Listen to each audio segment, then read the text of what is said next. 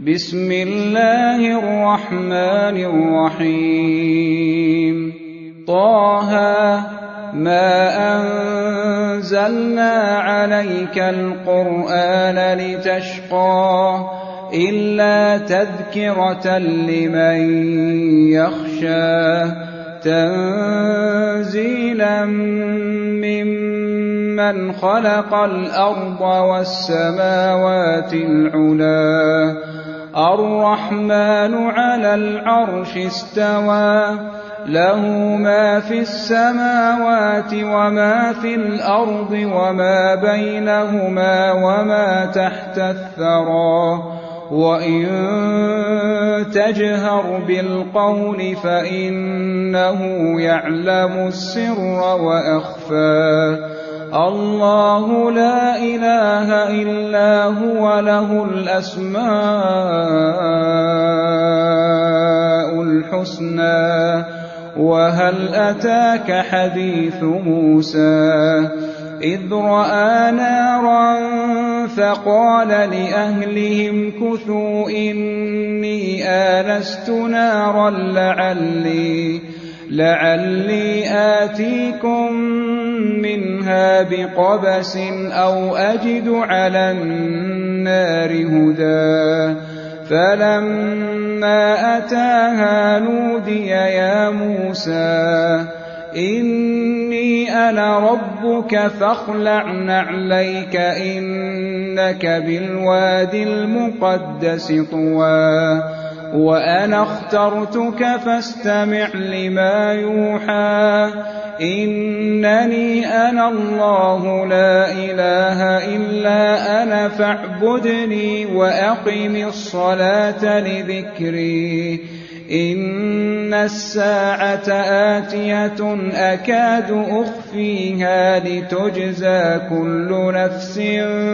بما تسعى فلا يصدنك عنها من لا يؤمن بها واتبع هواه فتردى وما تلك بيمينك يا موسى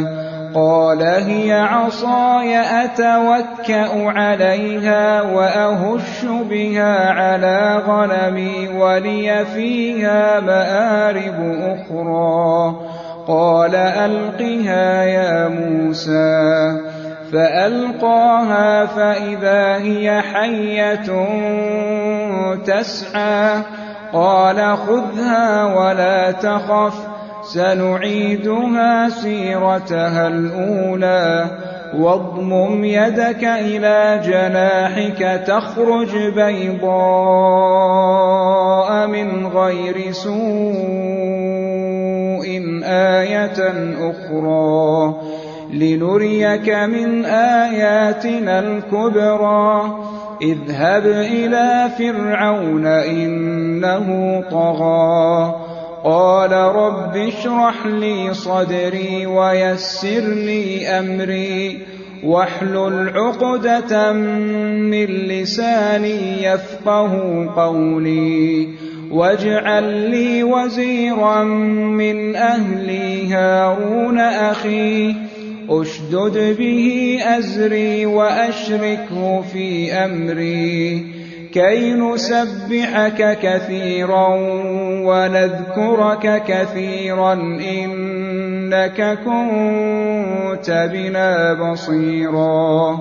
قال قد أوتيت سؤلك يا موسى ولقد مننا عليك مرة أخرى إذ أوحينا إلى أمك ما يوحى أن اقذفيه في التابوت فاقذفيه في اليم فليلقه اليم بالساحل يأخذه عدو لي وعدو له وألقيت عليك محبة مني ولتصنع على عيني إذ تمشي أختك فتقول هل أدلكم على من يكفله فرجعناك إلى أمك كي تقر عينها ولا تحزن وقتلت نفسا فنجيناك من الغم وفتناك فتونا فلبثت سنين في أهل مدين ثم جئت على قدري يا موسى واصطنعتك لنفسي اذهب أنت وأخوك بآياتي ولا تنيا في ذكري اذهبا إلى فرعون إنه طغى فقولا له قولا لينا لعله يتذكر أو يخشى قالا ربنا إننا نخاف أن يفرط علينا أو أن يطغى قال لا تخافا إنني معكما أسمع وأرى فأتياه فقولا إنا رسولا ربك فأرسل معنا بني إسرائيل ولا تعذبهم قد جئناك بآية من ربك والسلام على من اتبع الهدى إنا قد أوحي إلينا أن العذاب على من كذب وتولى قال فمن ربكما يا موسى قال ربنا الذي أعطى كل شيء خلقه ثم هدى قال فما بال القرون الأولى قال علمها عند ربي في كتاب لا يضل ربي ولا ينسى الذي جعل لكم الأرض مهدا وسلك لكم فيها سبلا وأنزل من السماء ماء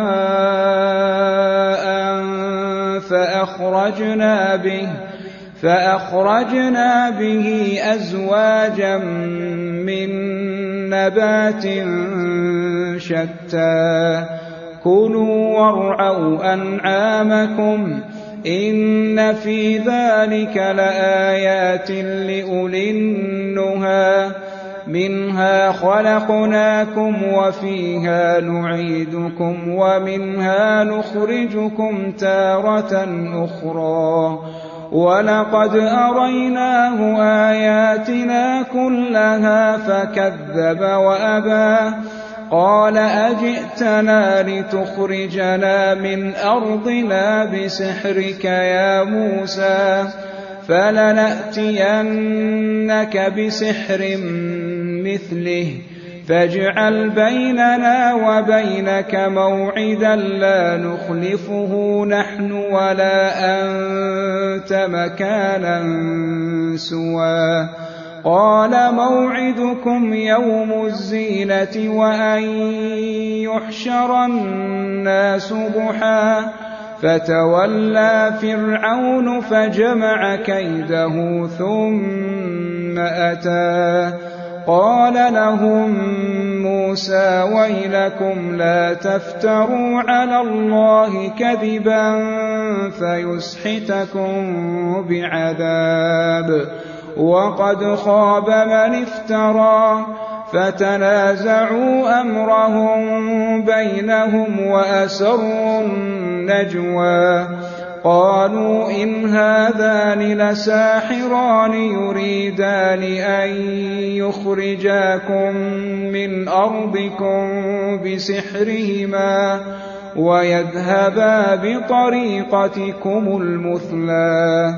فأجمعوا كيدكم ثم أتوا صفا وقد أفلح اليوم من استعلى قالوا يا موسى إما إِمَّا أَن تُلْقِيَ وَإِمَّا أَن نَّكُونَ أَوَّلَ مَنْ أَلْقَىٰ قَالَ بَلْ أَلْقُوا فَإِذَا حِبَالُهُمْ وَعِصِيُّهُمْ يُخَيَّلُ إِلَيْهِ مِن سِحْرِهِمْ أَنَّهَا تَسْعَىٰ فَأَوْجَسَ فِي نَفْسِهِ خِيفَةً مُوسَىٰ قُلْنَا لَا تَخَفْ إِنَّكَ أَنتَ الْأَعْلَىٰ وَأَلْقِ مَا فِي يَمِينِكَ تَلْقَفْ مَا صَنَعُوا إِنَّمَا صَنَعُوا كَيْدُ سَاحِرٍ وَلَا يُفْلِحُ السَّاحِرُ حَيْثُ أَتَىٰ فَأُلْقِيَ السَّحَرَةُ سُجَّدًا قَالُوا آمَنَّا بِرَبِّ هَارُونَ وَمُوسَىٰ قَالَ آمَنتُمْ لَهُ قَبْلَ أَنْ آذَنَ لَكُمْ إِنَّهُ لَكَبِيرُكُمُ الَّذِي عَلَّمَكُمُ السِّحْرَ فَلَأُقَطِّعَنَّ أَيْدِيَكُمْ وَأَرْجُلَكُم مِّنْ خِلَافٍ وَلَأُصَلِّبَنَّكُمْ فِي جُذُوعِ النَّخْلِ وَلَتَعْلَمُنَّ أَيُّنَا أَشَدُّ عَذَابًا وَأَبْقَىٰ قَالُوا لَن نُّؤْثِرَكَ عَلَىٰ مَا جَاءَنَا مِنَ الْبَيِّنَاتِ وَالَّذِي فَطَرَنَا فَاقْضِ مَا أَنتَ قَاضٍ إِنَّمَا تَقْضِي هَٰذِهِ الْحَيَاةَ الدُّنْيَا إِنَّا آمَنَّا بِرَبِّنَا لِيَغْفِرَ لَنَا خَطَايَانَا وَمَا أَكْرَهْتَنَا عَلَيْهِ مِنَ السِّحْرِ وَاللَّهُ خَيْرٌ وَأَبْقَىٰ إِنَّهُ مَن يَأْتِ رَبَّهُ مُجْرِمًا فَإِنَّ لَهُ جَهَنَّمَ لَا يَمُوتُ فِيهَا وَلَا يَحْيَىٰ وَمَن يَأْتِهِ مُؤْمِنًا قَدْ عَمِلَ الصَّالِحَاتِ فَأُولَٰئِكَ لَهُمُ الدَّرَجَاتُ الْعُلَىٰ جَنَّاتُ عَدْنٍ تَجْرِي مِن تَحْتِهَا الْأَنْهَارُ خَالِدِينَ فِيهَا وَذَٰلِكَ جَزَاءُ مَن تَزَكَّىٰ وَلَقَدْ أَوْحَيْنَا إِلَىٰ مُوسَىٰ أَنْ أَسْرِ بِعِبَادِي فَاضْرِبْ لَهُمْ طَرِيقًا فِي الْبَحْرِ يَبَسًا لَّا تَخَافُ دَرَكًا وَلَا تَخْشَىٰ فَأَتْبَعَهُمْ فِرْعَوْنُ بِجُنُودِهِ فَغَشِيَهُم مِّنَ الْيَمِّ مَا غَشِيَهُمْ وَأَضَلَّ فِرْعَوْنُ قَوْمَهُ وَمَا هَدَىٰ يَا بَنِي إِسْرَائِيلَ قَدْ أَنجَيْنَاكُم مِّنْ عَدُوِّكُمْ وَوَاعَدْنَاكُمْ جَانِبَ الطُّورِ الْأَيْمَنَ وَنَزَّلْنَا عَلَيْكُمُ الْمَنَّ وَالسَّلْوَىٰ كُلُوا مِن طَيِّبَاتِ مَا رَزَقْنَاكُمْ وَلَا تَطْغَوْا فِيهِ فَيَحِلَّ عَلَيْكُمْ غَضَبِي وَمَن يَحْلِلْ عَلَيْهِ غَضَبِي فَقَدْ هَوَىٰ وَإِنِّي لَغَفَّارٌ لِّمَن تَابَ وَآمَنَ وَعَمِلَ صَالِحًا ثُمَّ اهْتَدَىٰ وَمَا أَعْجَلَكَ عَن قَوْمِكَ يَا مُوسَىٰ قَالَ هُمْ أُولَاءِ عَلَىٰ أَثَرِي وَعَجِلْتُ إِلَيْكَ رَبِّ لِتَرْضَىٰ قال فإنا قد فتنا قومك من بعدك وأضلهم السامري فرجع موسى إلى قومه غضبان أسفا قال يا قوم ألم يعدكم ربكم وعدا حسنا أفطال عليكم العهد أم أردتم أن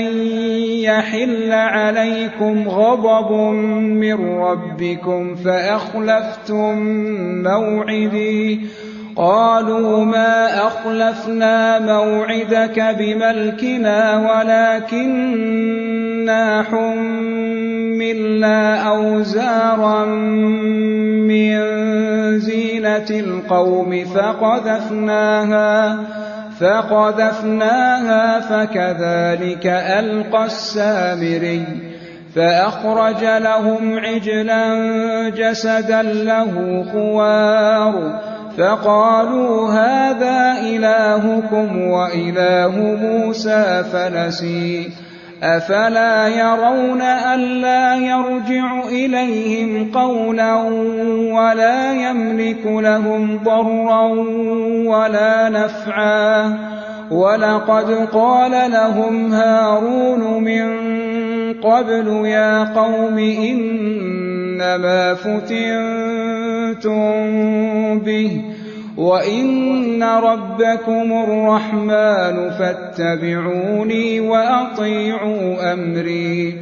قالوا لن نبرح عليه عاكفين حتى يرجع إلينا موسى قال يا هارون ما منعك إذ رأيتهم ضلوا ألا تتبعني أفعصيت أمري قال يا ابن أم لا تأخذ بلحيتي ولا برأسي إني خشيت أن تقول فرقت بين بني إسرائيل ولم ترقب قولي قال فما خطبك يا سامري قال بصرت بما لم يبصروا به فقبضت قبضة من أثر الرسول فنبذتها وكذلك سولت لي نفسي قال فاذهب فإن لك في الحياة أن تقول لا مساس وإن لك موعدا لن تخلفه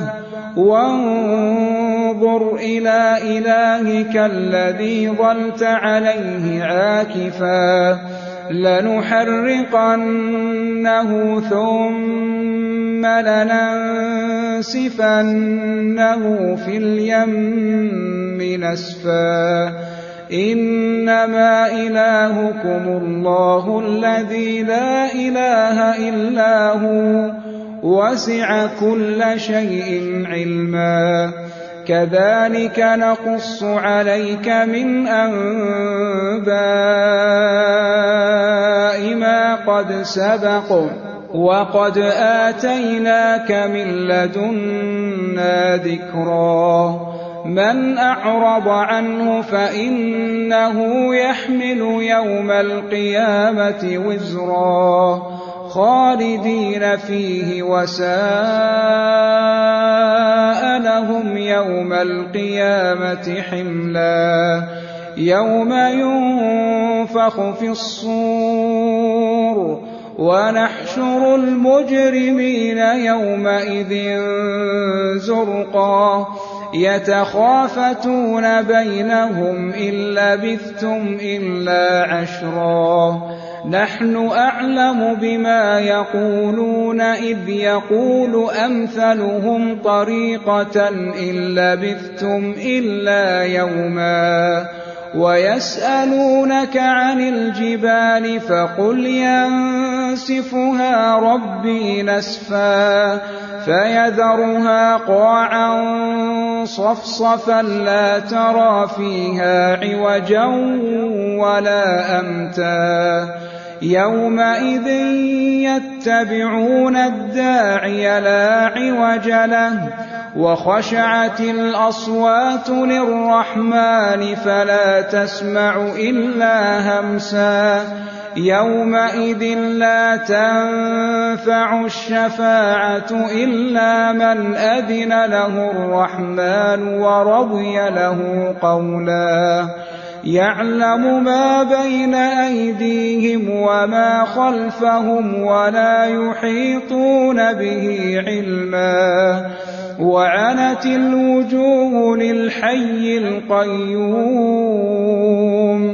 وقد خاب من حمل ظلما ومن يعمل من الصالحات وهو مؤمن فلا يخاف ظلما ولا هضما وكذلك أنزلناه قرآنا عربيا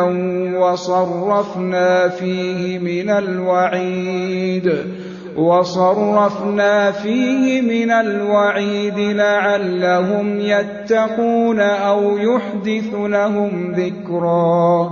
فتعالى الله الملك الحق ولا تعجل بالقرآن من قبل أن يقضى إليك وحيه وقل رب زدني علما ولقد عهدنا إلى آدم من قبل فنسي ولم نجد له عزما وإذ قلنا للملائكة اسجدوا لآدم فسجدوا إلا إبليس أبى فقلنا يا آدم إن هذا عدو لك ولزوجك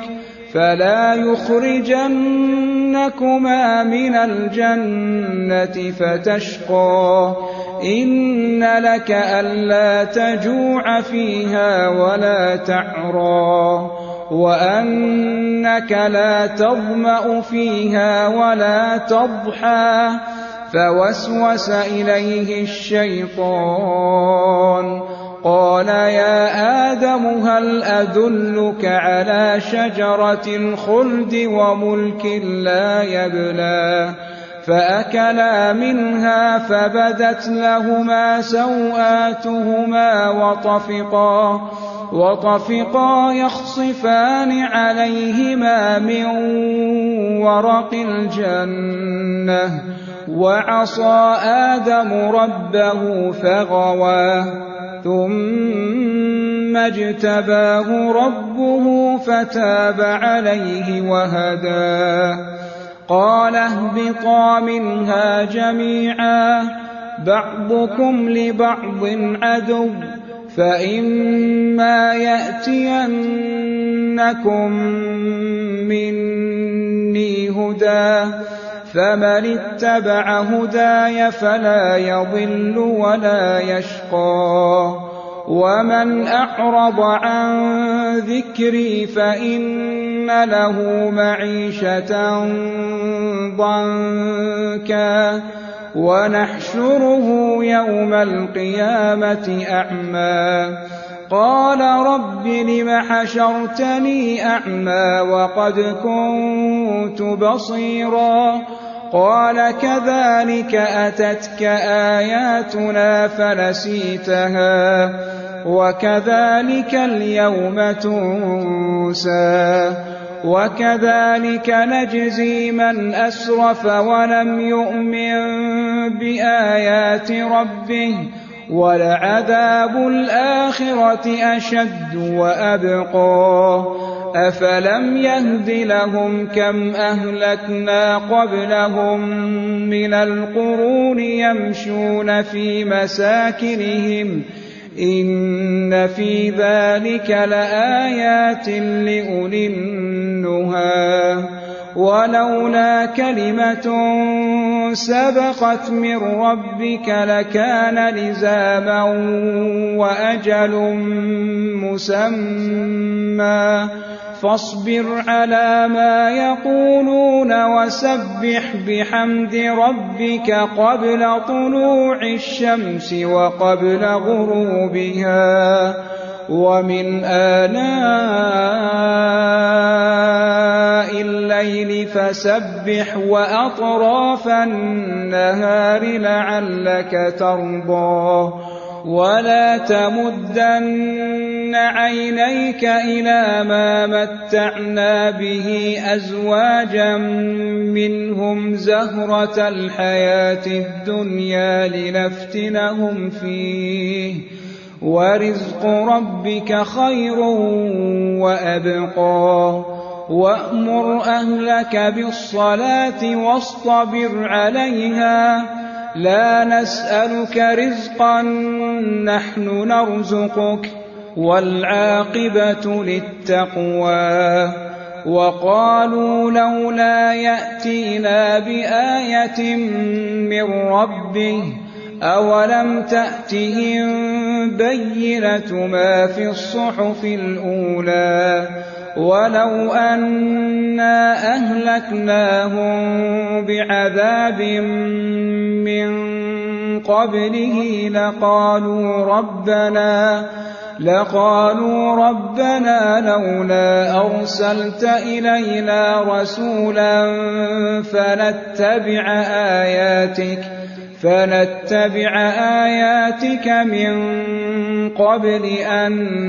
نذل ونخزى قل كل متربص فتربصوا فستعلمون من أصحاب الصراط السوي ومن اهتدى.